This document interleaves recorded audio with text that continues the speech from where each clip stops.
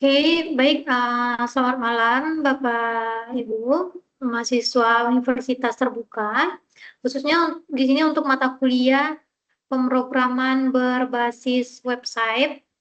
Website. Di sini kita melakukan tutorial webinar web yang kedua untuk materi pemrograman berbasis website. Dan ini materi yang akan kita uh, pelajari malam ini. Itu yang pertama ada mengenai website dan dasar-dasar HTML, CSS, serta JavaScript. Kemudian praktikum untuk implementasi dari HTML, CSS, dan JavaScript itu sendiri.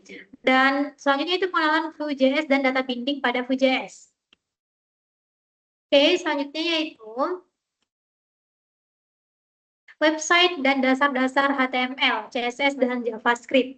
Nah, yang pertama itu kita bahas mengenai website. Apa itu website?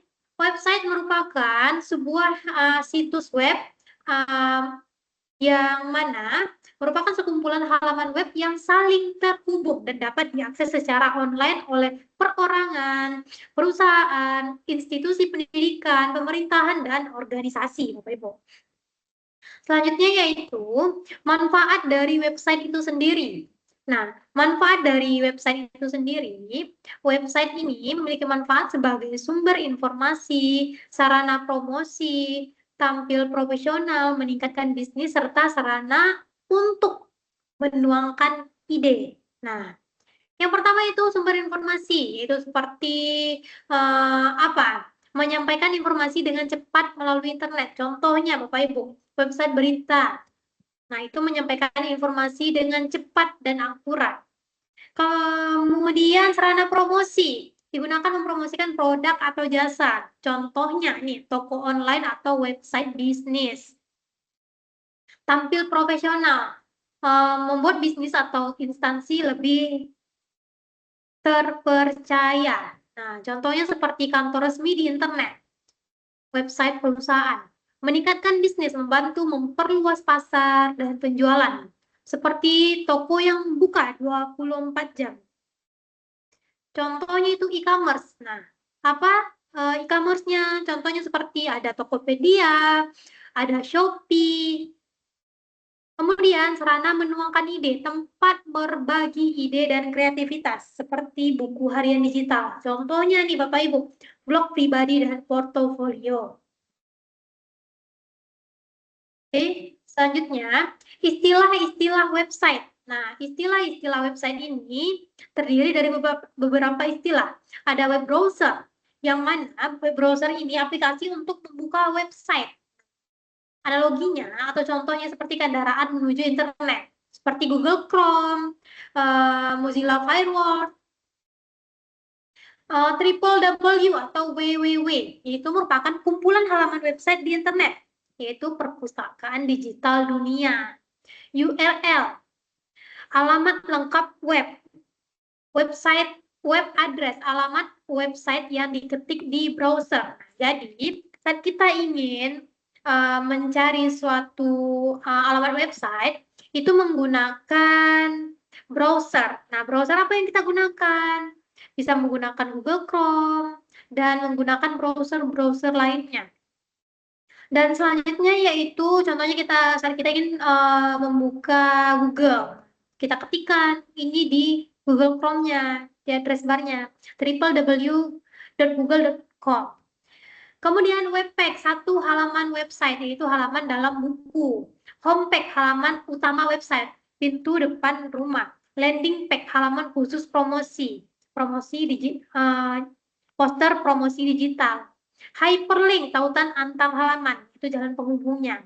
Browsing, aktivitas kita saat menjelajah di internet. HTTP, yaitu protokol komunikasi website, yang mana HTTP ini adalah aturan pengiriman data. Selanjutnya Bapak Ibu, ada istilah HTTPS. Nah, tadi ada HTTP, sekarang ada HTTPS. Nah, dibandingkan antara HTTP dan HTTPS,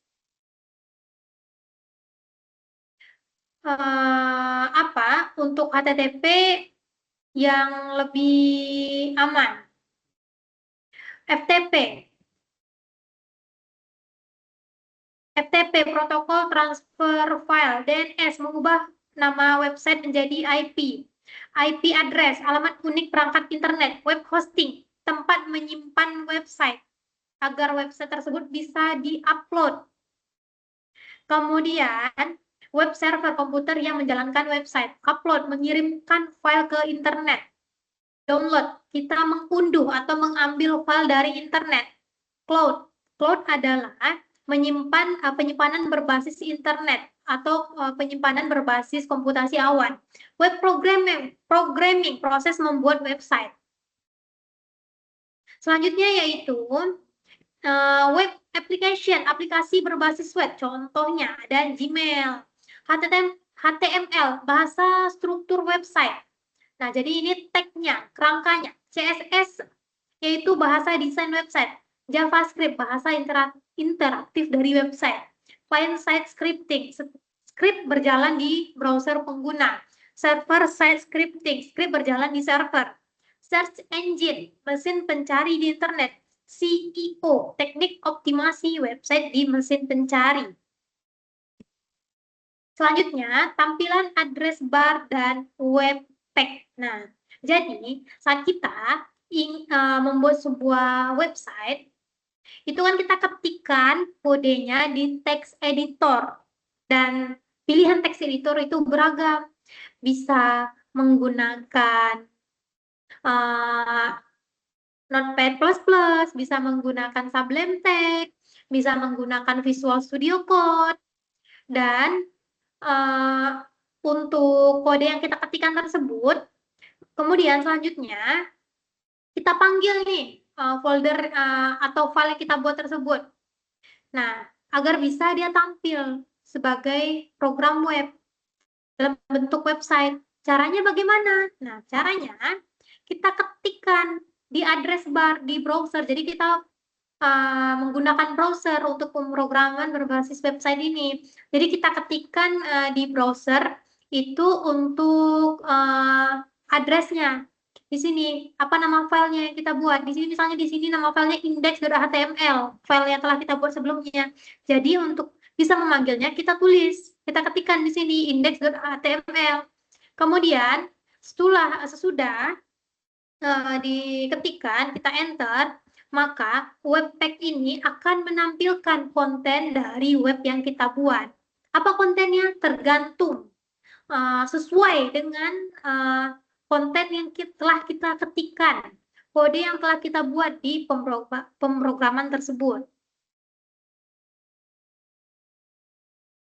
Selanjutnya, nah ini ada dua mengenai kode HTML dan CSS. Nah, yang pertama yaitu mengenai kode HTML. Kode HTML pada sebuah website dapat dilihat dengan menggunakan inspect elemen pada web browser. Nah, maksudnya, Bapak Ibu, saat kita membuka sebuah website, kita bisa melihat kodenya, melihat shortcode-nya. Bagaimana caranya? Dengan cara kita klik kanan, terus kita pilih menu inspect element.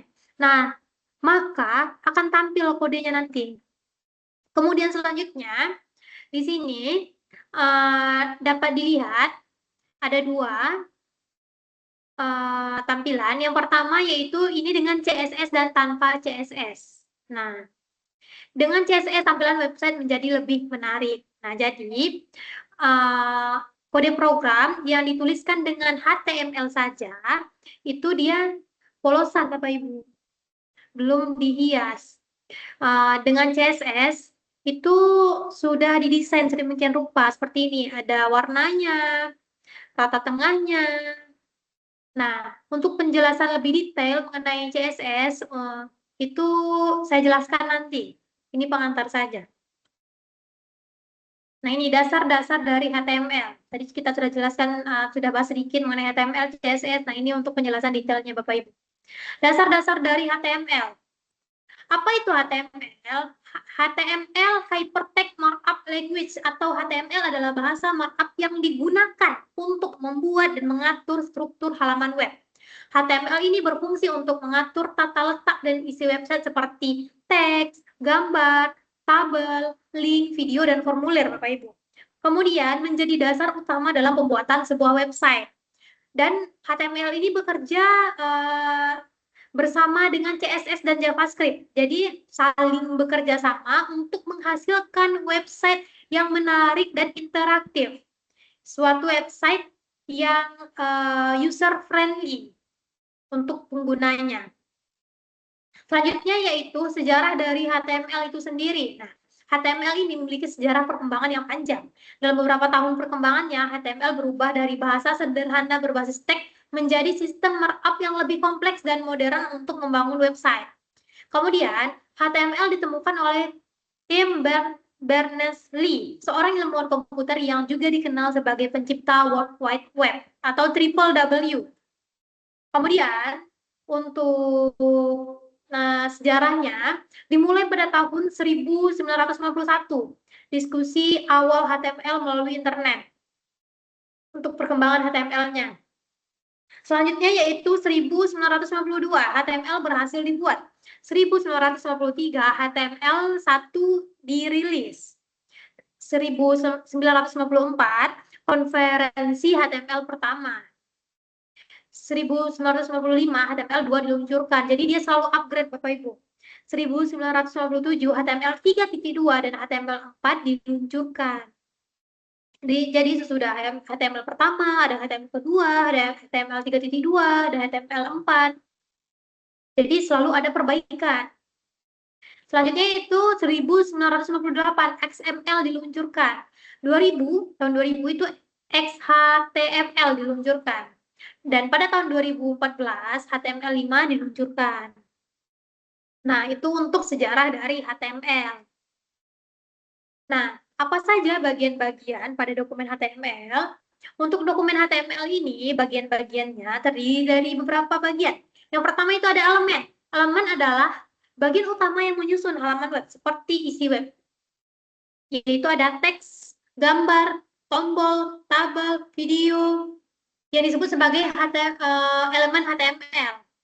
Selanjutnya itu isi elemen. Elemen dapat berisi teks, gambar, data, video, maupun tidak berisi apapun tergantung dari fungsi dari elemen itu sendiri. Elemen bersarang. Nah, apa itu elemen bersarang? Elemen bersarang adalah elemen yang berada di dalam elemen lain.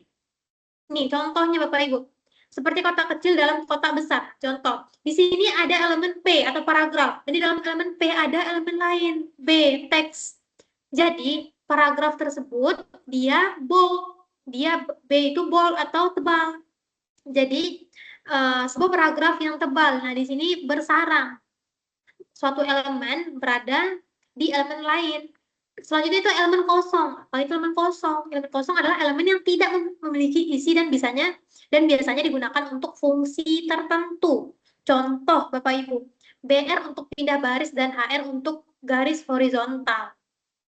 Jadi isinya tidak ada untuk BR dan HR ini. Hanya sebagai apa saja? Untuk fungsi tertentu. BR itu untuk break-nya. Agar suatu baris pertama, kemudian kita ada satu teks, misalnya teks seperti ini contohnya, seperti bagian-bagian dalam sebuah. Nah, kemudian saya berikan BR di sini. Baru saya ketikkan rumah, misalnya pintu, jendela, dan meja. Kemudian saya ketikkan BR.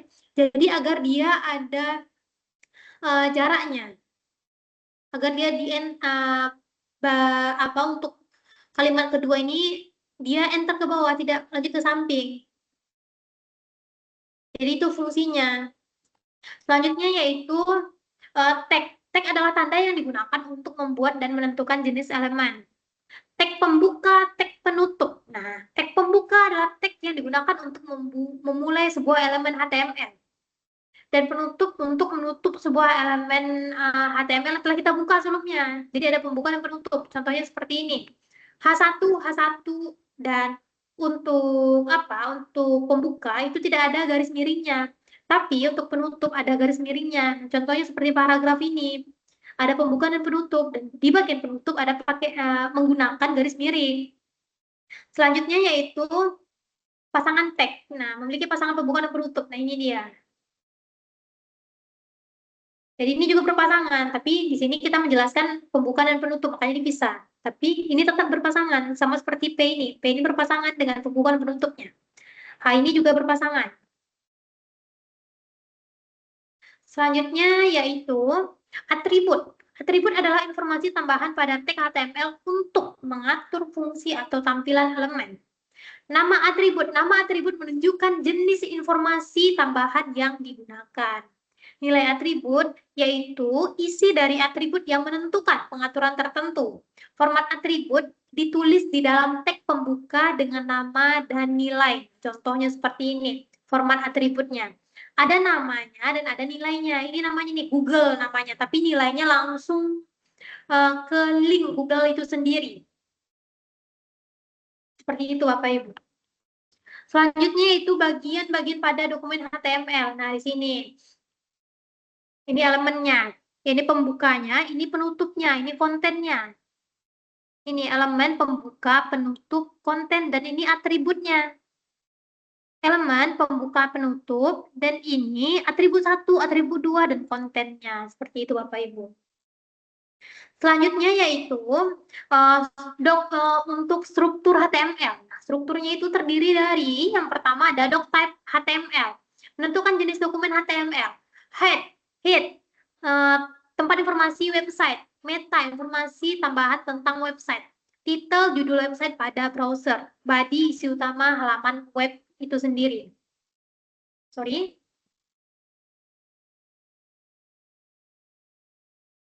Nah, ini struktur dasar dari HTML. Dokumen HTML, setting karakter. Nah, ini tidak ditampilkan di output program. Nah, websiteku ini tampil di output program di sini, di titelnya. Ini yang keluar di kontennya.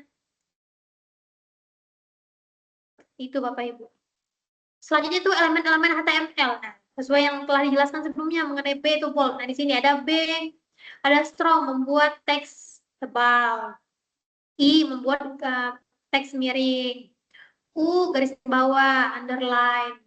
BR, pindah baris atau break. A, itu membuat link URL agar saat kita mengklik suatu konten, nanti dia bisa lempar ke atau menuju ke halaman lain dari suatu website. IMG atau image menampilkan gambar. Kemudian H1, H3 membuat judul atau heading, ukuran hurufnya. P itu membuat paragraf. Selanjutnya yaitu sub. Sub membuat teks kecil di bawah. Ini contohnya Bapak Ibu. Sub membuat teks kecil di atas. OL membuat daftar berurutan. Untuk penomoran Bapak Ibu 1, 2, 3, 4, 5. OL membuat daftar UL membuat daftar tidak berurutan. Nah, seperti ada balet atau titik. Meter menampilkan nilai pengukuran seperti indikator baterai. Tabel untuk membuat tabel. Seperti di Excel kan ada tabel tuh Bapak Ibu. Nah, kita di codingan ini, di pemrograman berbasis website, kita bisa membuat tabel juga. TR membuat baris tabel, TD membuat kolom dari tabel. Tabel itu kan terdiri dari TR dan TD, terdiri dari ada row-nya atau barisnya dan ada sel-nya atau kolomnya. Selanjutnya ada form, membuat formulir input seperti formulir pendaftaran. Input tempat pengguna mengisi data. Select untuk pilihan drop down-nya. Option isi pilihan pada drop down. Text area input teks panjang. Nah, jadi di sini ada kode kode pemrograman, dan di sini kita menggunakan elemen-elemen HTML tadi. Di sini doc type HTML head meta, title head body. Jadi biodata B bold. Nah, bisa dilihat Bapak Ibu, saat kita ingin membuat suatu teks itu tebal, kita menggunakan bold. Nah, langsung keluar outputnya bold. Saat kita ingin membuat satu form, nama, di sini kan nama, tanggal lahir, jenis kelamin. Nah, harus menggunakan tag form. Saat ingin membuat titelnya, di sini menggunakan tag title. Jadi tidak bisa saat ingin membuat hurufnya tebal, tapi cuma mengetikkan biodata saja tanpa menuliskan elemen B ini, bold ini, dia tidak akan keluar outputnya. Jadi harus sesuai dengan aturan yang ada di HTML ini. Nah, ada pembuka dan penutupnya, dan ini tidak keluar di outputnya kan di sini. Kalau untuk cara set meta, dan di HTML ini seperti kita membuat komentar menggunakan 2 garis miring. Itu di codingan bisa kita buat sebagai note atau catatan saja, tapi di outputnya tidak akan keluar. Hanya sebagai reminder saja untuk programmernya. Selanjutnya yaitu CSS. Nah, untuk CSS, apa itu CSS? CSS adalah Cascading Style Sheet atau yang biasa kita singkat dengan CSS. Kemudian, CSS ini adalah bahasa yang digunakan untuk mengatur tampilan dan desain sebuah website. CSS ini berfungsi memperindah halaman web seperti mengatur warnanya, ukuran teksnya, layoutnya, jarak, dan animasi. Selanjutnya, CSS bekerja sama dengan HTML untuk membuat website menjadi lebih menarik dan lebih rapi, sehingga suatu website tersebut user-friendly. Dan tanpa CSS, tampilan website akan polos, sederhana, Bapak Ibu. Analoginya, perumpamaannya, HTML adalah kerangka rumah, sedangkan CSS adalah cat dan dekorasi rumah agar terlihat indah. Nah, contoh penggunaan CSS seperti mengubah warna background, memperbesar tulisan, mengatur posisi gambar. Selanjutnya itu sejarah dari CSS itu sendiri. Nah, sejarah dari CSS tidak lepas dari tokoh utama yaitu Hakon Wimley. CSS diperkenalkan pada tahun 1994 sebagai bahasa untuk mengatur tampilan halaman website. Kemudian digunakan untuk memisahkan desain tampilan dengan struktur. Sehingga HTML ini pengelolaan website menjadi lebih mudah. Sebelum adanya CSS, tampilan website itu diatur langsung menggunakan HTML dan masih terbatas. Dan dengan adanya CSS, saat melakukan pengembangan website, itu menjadi lebih menarik dan lebih rapi dan lebih konsisten. Jadi lebih gampang saat proses pemeliharaan maintenance program tersebut. Selanjutnya itu cara penulisan CSS. Nah, cara untuk penulisan CSS ini ada 3 cara. Ada internal CSS, ada external CSS, dan ada inline CSS. Nah, apa itu internal CSS? Internal CSS adalah CSS yang ditulis di dalam tag style pada file HTML, yaitu digunakan untuk satu halaman website. Jadi, kita menuliskan di tag style di file HTML. Jadi, file HTML dan CSS disimpan di suatu file, tidak dipisah. External CSS, CSS ditulis pada file terpisah dengan ekstensi .css. Jadi ada 2, Bapak Ibu. Kita akan membuat kode itu ada file HTML dan file CSS-nya, dan itu dipisah, tidak digabung. Dan untuk file CSS-nya, untuk ekstensinya, untuk tipenya harus CSS saat penyimpanannya. Seperti ini, ada .css di penamaan filenya. Kemudian inline CSS. CSS ditulis langsung pada tag HTML menggunakan atribut style. Nah, bagaimana? Contohnya seperti ini. P-style color red. Selanjutnya yaitu bagian-bagian dari CSS. Nah, CSS ini terdiri dari beberapa bagian. Ada selector, ada declaration, ada property, dan ada value. Nah, untuk selector itu sendiri merupakan bagian CSS yang digunakan untuk memilih elemen HTML yang akan kita berikan style. Nah, contoh kita membuat P memilih semua paragraf. P memilih semua tag paragraf. Declaration, perintah CSS yang berisi properti dan value untuk mengatur tampilan elemen. Contohnya, seperti color-nya, kita memilih warna biru atau blue. Properti, bagian CSS yang menentukan apa yang akan kita ubah dan apa yang akan kita atur.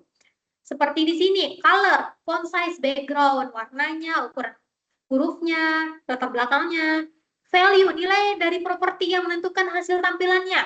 Nah, contoh Bapak Ibu, seperti kita pilih untuk nilainya itu warna biru, 20 pixel, dan merah. Itu value-nya. Nah, ini contohnya. Selector, properti 1, properti 2, properti 3. Value 1, value 2, value 3. Nah, ini. Ini declaration block-nya. Dari sini color dan red. Deklarasinya itu color dan red. Nah, ini selektornya. Untuk propertinya itu colornya, warnanya, value itu merah. Misalnya di sini saya pilih merah, biru, kuning. Jenis warnanya itu value-nya. Selanjutnya yaitu eksplorasi dari CSS itu sendiri. Nah, tadi kan ada 3 nih, ada inline, ada eksternal, ada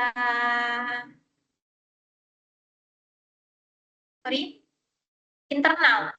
Nah, inline CSS. Nah, ini kodenya, contoh kode inline CSS. Di dalam line CSS ini style, atribut untuk menambahkan CSS langsung pada HTML, ada color blue-nya, mengubah warna, font size-nya, tab judul utama, paragrafnya. Jadi ditulis di sini cara penulisannya. Title, judul, inline CSS. Nah, di bawah body langsung H1, style, color, blue, belajar CSS. H1, page style, font size 20 pixel. Ini contoh inline CSS. Nah, selanjutnya yaitu internal CSS. Nah, bedanya di sini kita menuliskan CSS-nya di sini, title, internal CSS, style, H1 color red, font size 18. Nah, head body, H1 belajar CSS, ini contoh internal CSS. Jadi style untuk menuliskan CSS di dalam file HTML. Selektor mengatur tag-nya menjadi H1, ukuran hurufnya. Color red ini mengubah warnanya. Kita pilih warnanya menjadi merah di sini red. P selektor untuk mengatur tag-nya, font size-nya, ukuran teks paragrafnya. Eksternal CSS. Nah, eksternal CSS ini di sini ada file HTML dan file CSS. Jadi eksternal itu kan di luar, kalau internal di dalam. Jadi kalau eksternal CSS, jadi file HTML dan CSS dipisah. CSS-nya disimpan dalam file yang berbeda di luar dari file HTML ini dan harus disimpan dengan format dengan tipe .css. Nah, ini dia. Link rel style sheet menghubungkan file HTML dengan file CSS. Href style.css menentukan nama file CSS yang digunakan. Style.css file khusus untuk menyimpan kode CSS. H1 color green, ubah warna judul menjadi hijau. H1-nya judul kan. P ini paragraf font size 20 pixel. Mengatur ukuran teks paragraf menjadi 20 pixel. Kalau kita buat 30 menjadi 30 pixel, kita ubah jadi 1 menjadi 1 pixel gitu. Jadi untuk desainnya warnanya seperti apa, untuk pixelnya berapa itu tergantung kita yang membuat program. Tapi agar bisa keluar warna hijau, warna biru, 20 pixel, 1 pixel itu harus berdasarkan tag dari HTML, tag dari CSS-nya. Seperti itu Bapak Ibu. Nah, sebelumnya kita membahas mengenai website, mengenai HTML, mengenai CSS. Nah, sekarang kita membahas mengenai JavaScript. Apa itu JavaScript? JavaScript merupakan bahasa pemrograman berbasis client-side atau front-end. Nah, JavaScript ini digunakan untuk membuat website menjadi interaktif dan dinamis. Kemudian, program JavaScript dijalankan dan dieksekusi di sisi klien atau browser pengguna. JavaScript dapat digunakan untuk membuat animasi, validasi form, pop-up, slider, gambar, dan interaksi website lainnya. Selanjutnya, JavaScript ini bekerja bersama HTML dan CSS. Jadi, mereka kerja tim nih Bapak Ibu untuk JavaScript, HTML, dan CSS dalam pengembangan website, sehingga website tersebut menjadi website yang terbaik, yang user-friendly. Nah, contoh penggunaan JavaScript seperti menampilkan notifikasi, menghitung otomatis, dan membuat tombol yang interaktif. Dan selanjutnya yaitu di sini saya analogikan agar lebih mudah dipahami apa itu HTML, CSS, dan JavaScript. Nah, kita analogikan atau kita umpamakan HTML itu adalah kerangka rumah. CSS adalah cat dan dekorasi. JavaScript adalah listrik dan perangkat otomatis. Nah, Jadi HTML itu digunakan untuk membangun struktur dasar website seperti ada judul, paragraf, gambar, dan tabel. CSS memperindah tampilan website seperti ada warnanya, ada ukurannya, ada layoutnya, ada desainnya. Dan JavaScript membuat website menjadi lebih hidup dan interaktif, seperti ada tombol, ada animasi, dan ada pop-up-nya.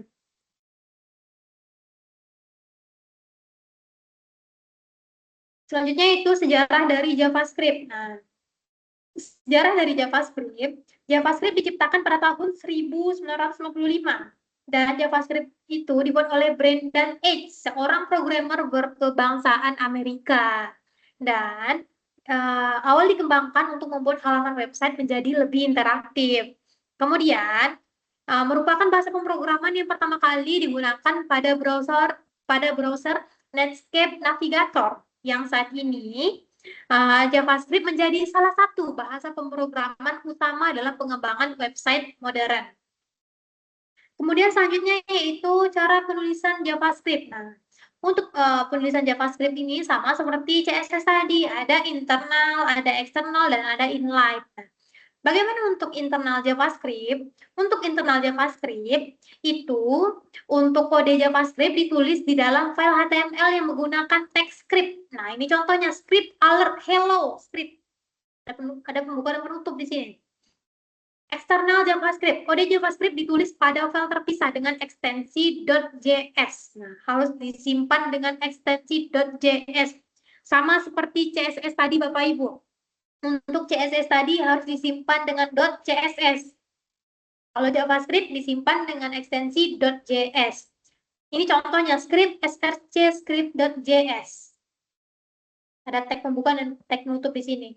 Inline JavaScript, kode JavaScript ditulis langsung pada tag HTML. Contohnya di sini button on click, alert hello click button. Oke. Selanjutnya yaitu sintak dari JavaScript itu sendiri. Nah, sintaknya di sini ada script on page pada HTML. JavaScript ditulis langsung di file HTML. Include external JS file, menghubungkan file JavaScript terpisah.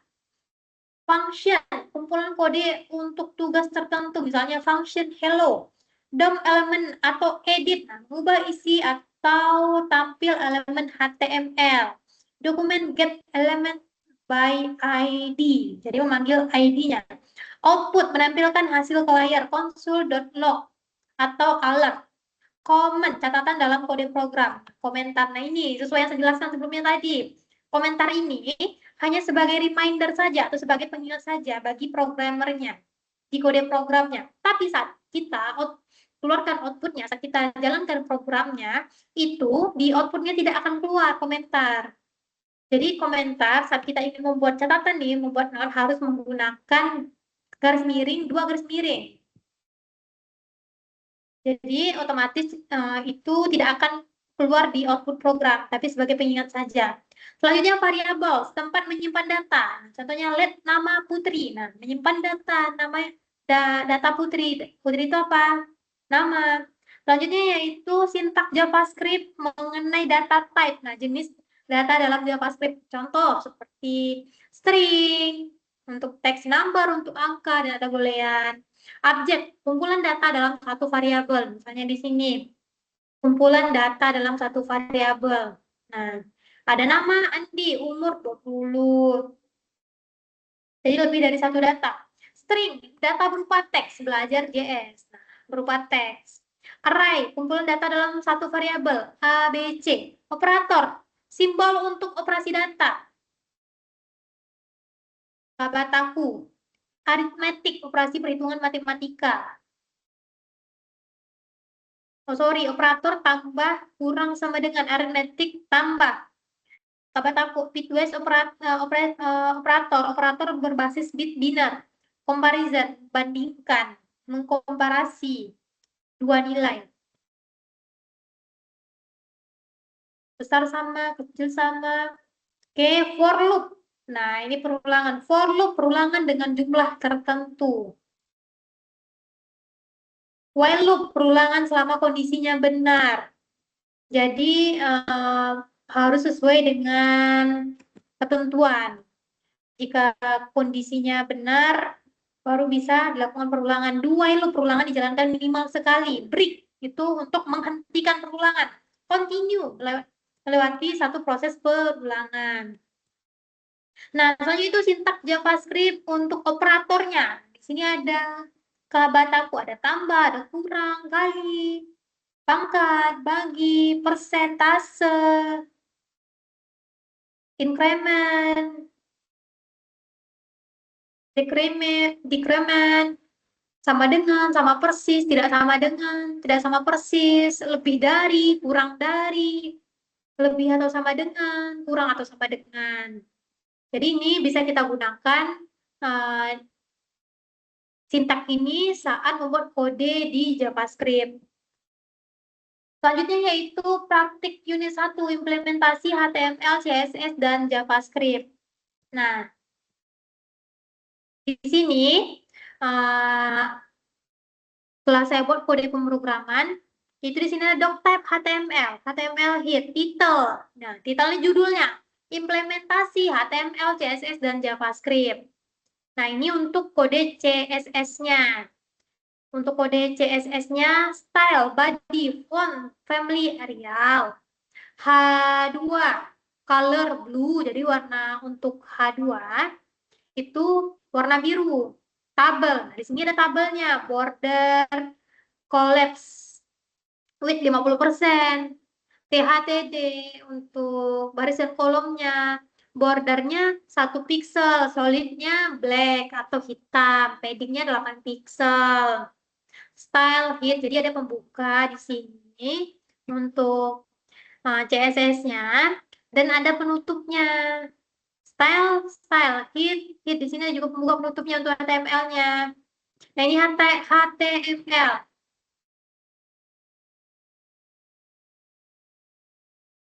Nah, daftar kontak. H2 daftar kontak, tabel, TR.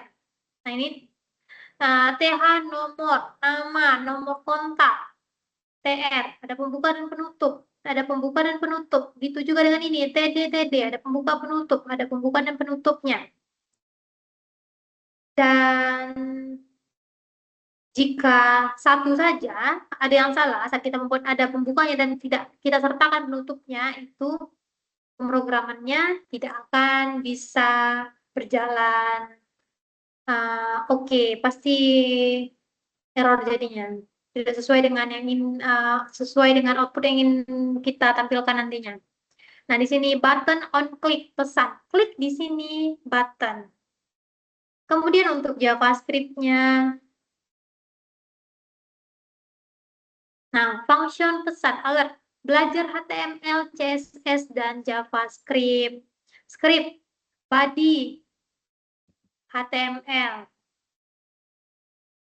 Nah, outputnya, daftar kontak.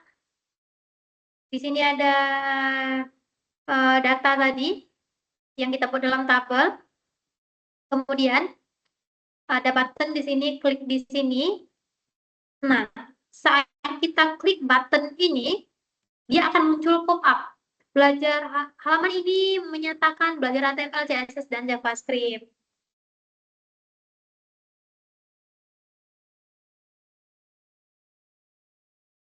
Oke, di sini akan saya share screen untuk bentar apa ya untuk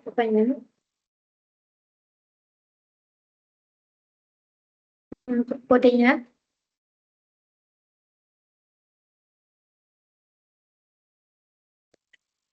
Visual Studio Code. Jadi untuk untuk text editornya itu kita bisa menggunakan beragam text editor. Bisa contoh bisa menggunakan Visual Studio Code, bisa menggunakan Notepad++, bisa menggunakan Sublime Text, dan di sini di mata kuliah ini saya menggunakan Visual Studio Code.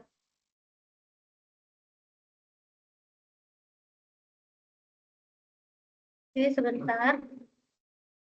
Ayo, ini saya share kodenya di VS Code. Nah,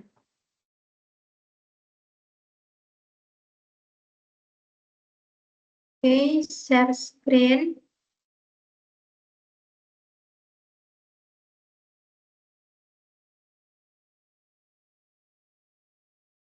Visual Studio Code. Nah, ini kode yang telah saya ketikkan di VS Code.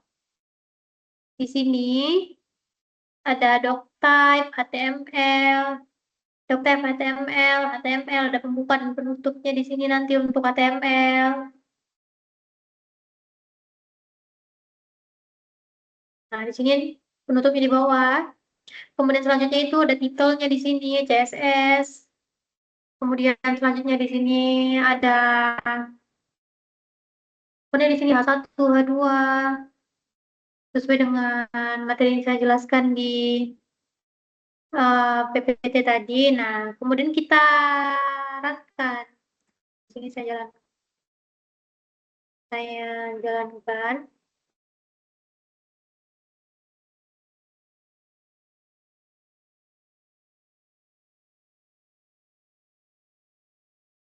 Share screen. Share screen implementasi. Nah, berikut Bapak Ibu outputnya dari data yang kita buat tadi. Di sini ada HTML-nya, ada CSS-nya untuk desain ini, dan ada JS-nya, JavaScript-nya ini. Ada pop-up-nya di sini. Dan selanjutnya,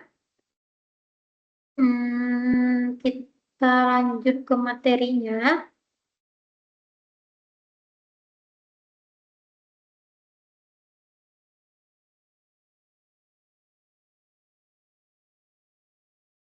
Nah, oke. Jadi penjelasan untuk praktikum 1 tadi, HTML kita gunakan untuk membuat struktur dan halaman web seperti judul, tabel, dan tombolnya. CSS digunakan untuk mengatur tampilan seperti warna, font. Selanjutnya untuk mengatur layout-nya.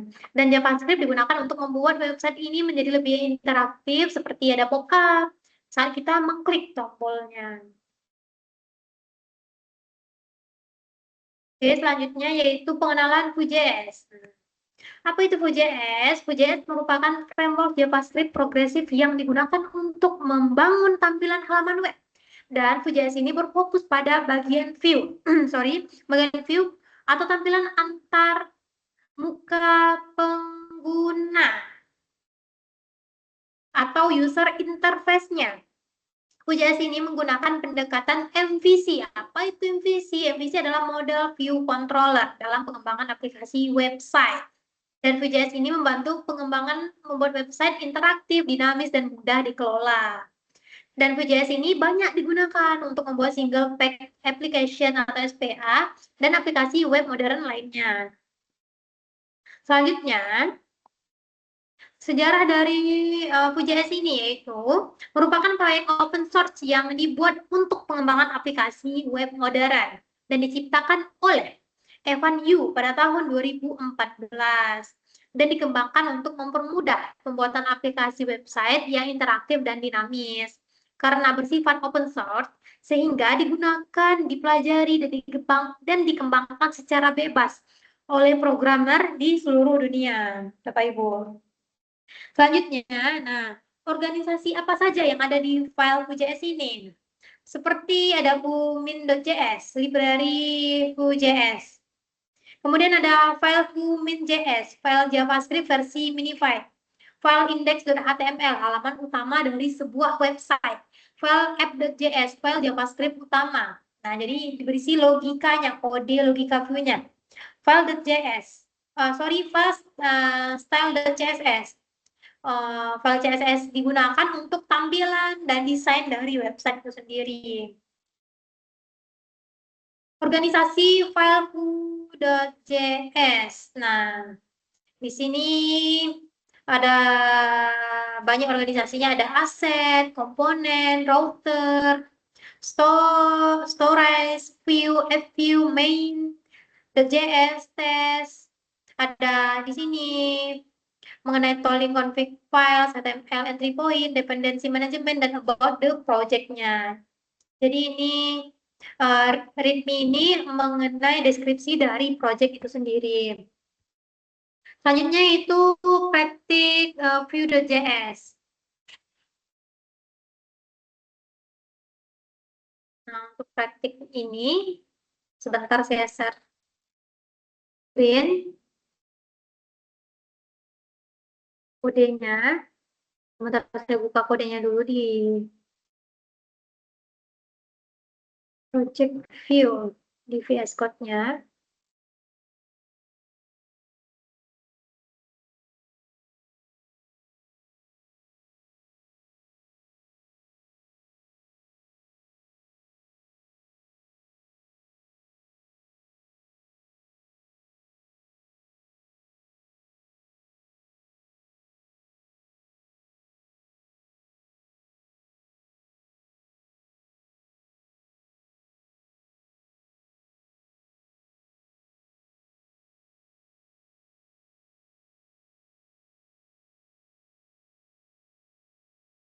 Oke, di sini sudah ada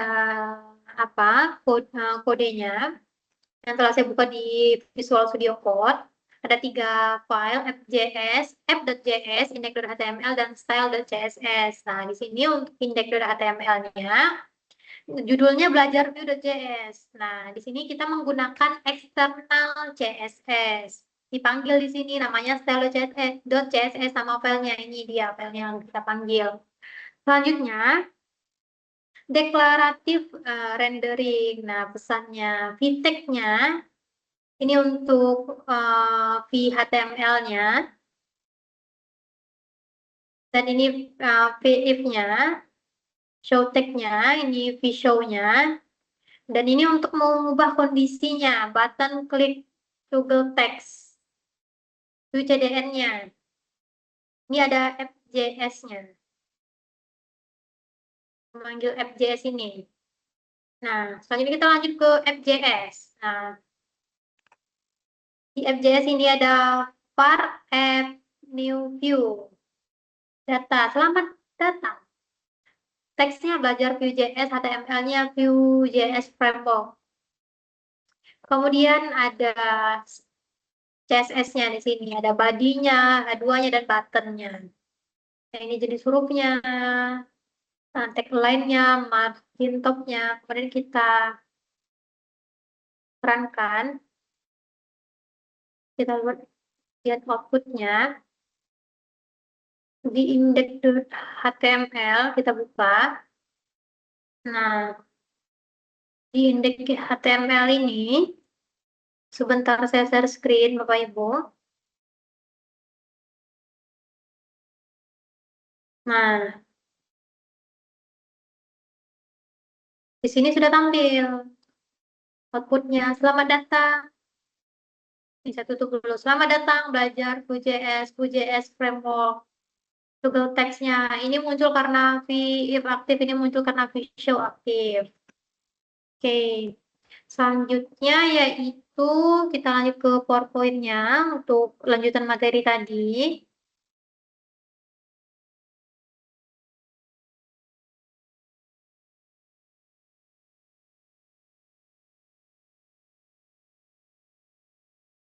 Nah, ini praktik Vue.js tadi, declaration rendering, ada vTag-nya, ada vHTML-nya, ada vIF, vElse, vElseIf, vShow, click event handling-nya, fungsi saat tombol diklik. Selanjutnya yaitu data binding pada Vue.js. Nah, apa itu data binding pada Vue.js? Merupakan proses menghubung data, yaitu JavaScript dengan tampilan, yaitu HTML atau DOM-nya.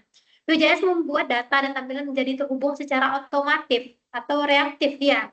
Jika data berubah, maka tampilan akan ikut berubah tanpa kita harus melakukan refresh halaman tersebut. Dan data binding ini membuat pengembangan web menjadi lebih cepat, dinamis, dan lebih interaktif. Selanjutnya, Bapak Ibu, selanjutnya,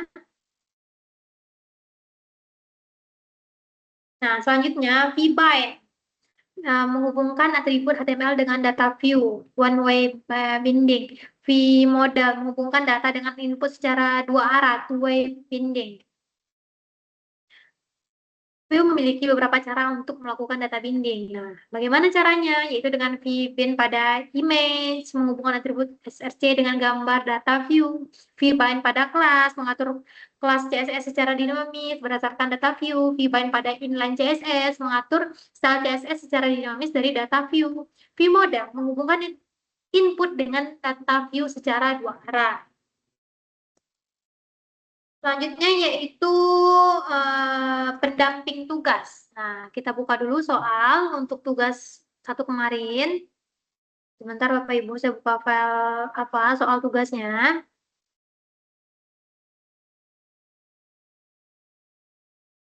Ntar saya share screen.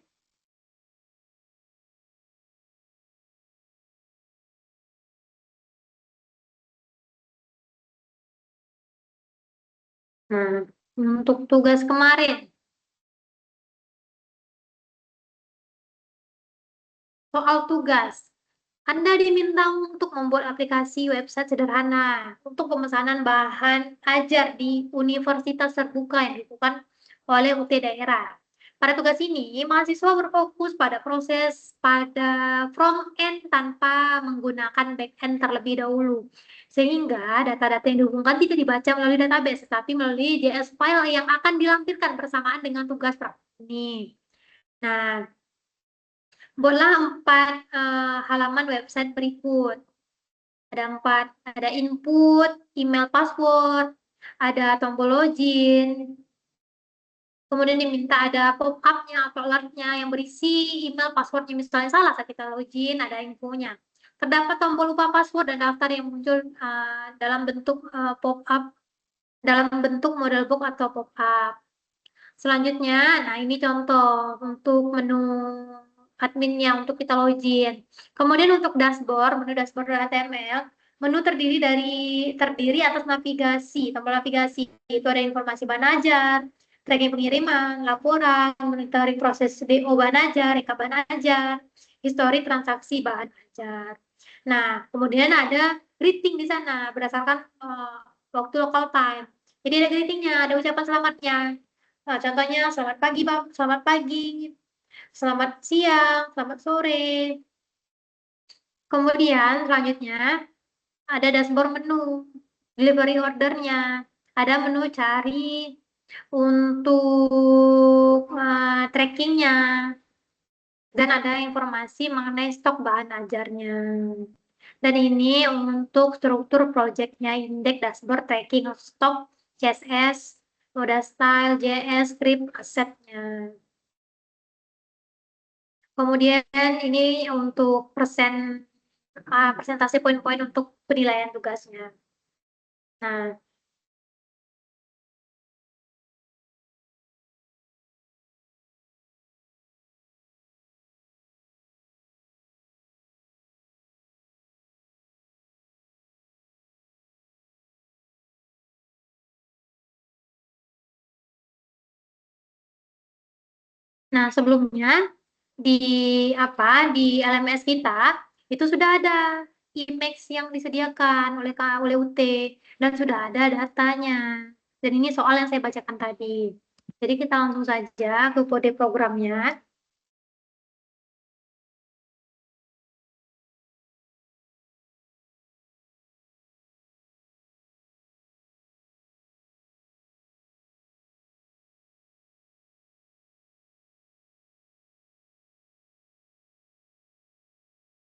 Sebentar Bapak Ibu. Saya buka dulu kode programnya di VS Code-nya.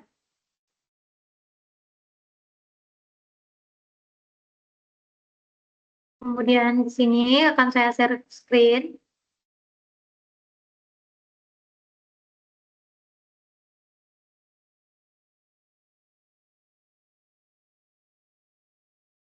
VS Code-nya.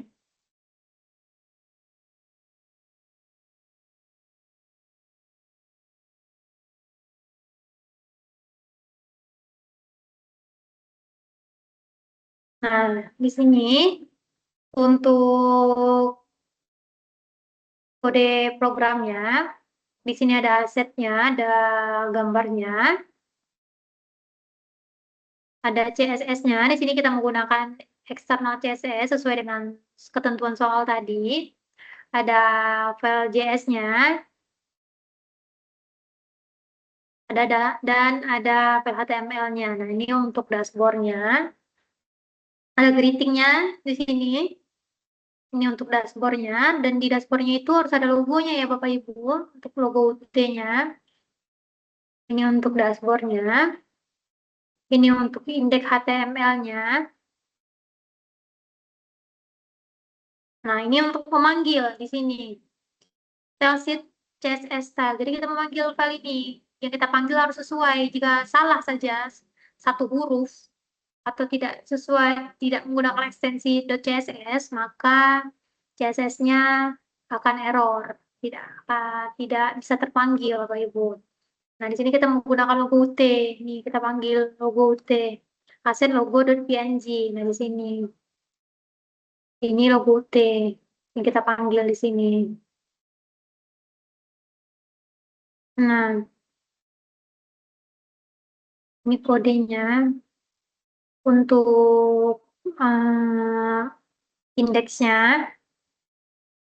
Ada loginnya, lupa password, daftar akun, ada stoknya. Nah, jadi kan nanti kita harus bisa menambahkan stok dan ada trackingnya untuk melacak histori transaksinya udah sampai mana nih, gitu kan.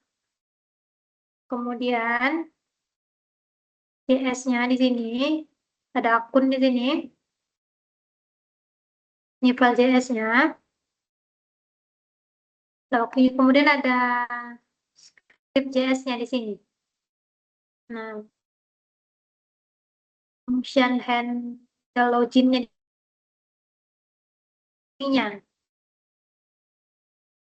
event listener-nya, manajemen bahan ajarnya di sini, function add new stock-nya, function review image-nya, status. Nah, jadi kita langsung saja untuk support HTML, index open website. Sebentar Bapak Ibu, saya tes. Jadi kita arahkan tadi kodenya kan, kita keluarkan outputnya. Kemudian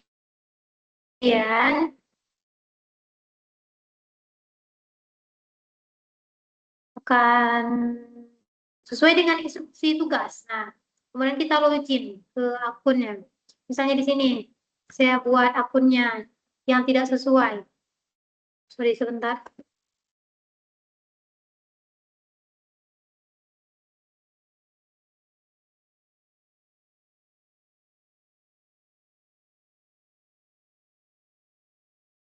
Sebentar, Bapak Ibu.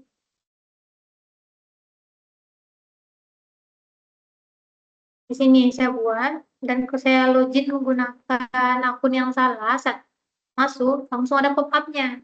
Email atau passwordnya salah. Nah, ini fungsi JS-nya. Kemudian, sesuai dengan instruksi tugas ya Bapak Ibu, harus ada pop-up-nya. Dan jika dia benar,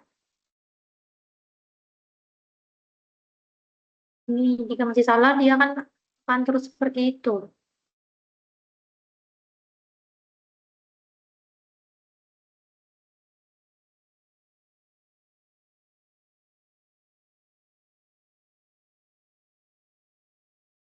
Ini. Benar. Nah, login berhasil, ada pop-up-nya. Dan di sini juga ada lupa password daftar akun sesuai dengan instruksi tugas. Jadi semakin lengkap tugasnya, semakin tinggi nilainya, semakin banyak poinnya. Dan di sini ada greeting-nya, selamat sore atau malam. Selamat datang di sistem manajemen distribusi bahan ajar di Universitas Terbuka. Dan ada menunya, dashboard, informasi bahan ajar, ada tracking informasi bahan ajar, ada tracking pengiriman, ada laporan, monitoring DO, reka bahan ajar, ada historis transaksi, dan ada logoutnya. Nah, kemudian kita coba tracking. Nah, tracking bagaimana caranya? Dengan mengetikkan kode yang telah kita buat di programnya. Cari. Nah, di sini akan keluar untuk tracking paketnya. Informasi bahan ajar. Nah, di sini untuk informasi bahan ajarnya. Bisa kita hapus juga di sini. Oke, nah, oke, bisa juga ditambah sesuai dengan instruksi di tugas, sesuai dengan soal tadi.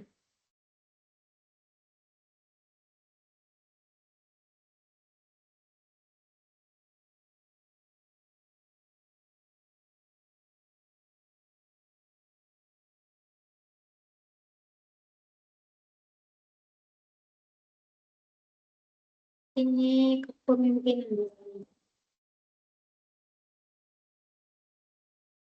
Awal 2. Simpan. Nah, langsung update. Seperti Bapak Ibu. Dan saat kita logout, dia langsung ke menu ini. Oke. Apakah ada yang ingin bertanya Bapak Ibu untuk Ibu Birangela? Apakah ada yang ingin ditanyakan mengenai materi?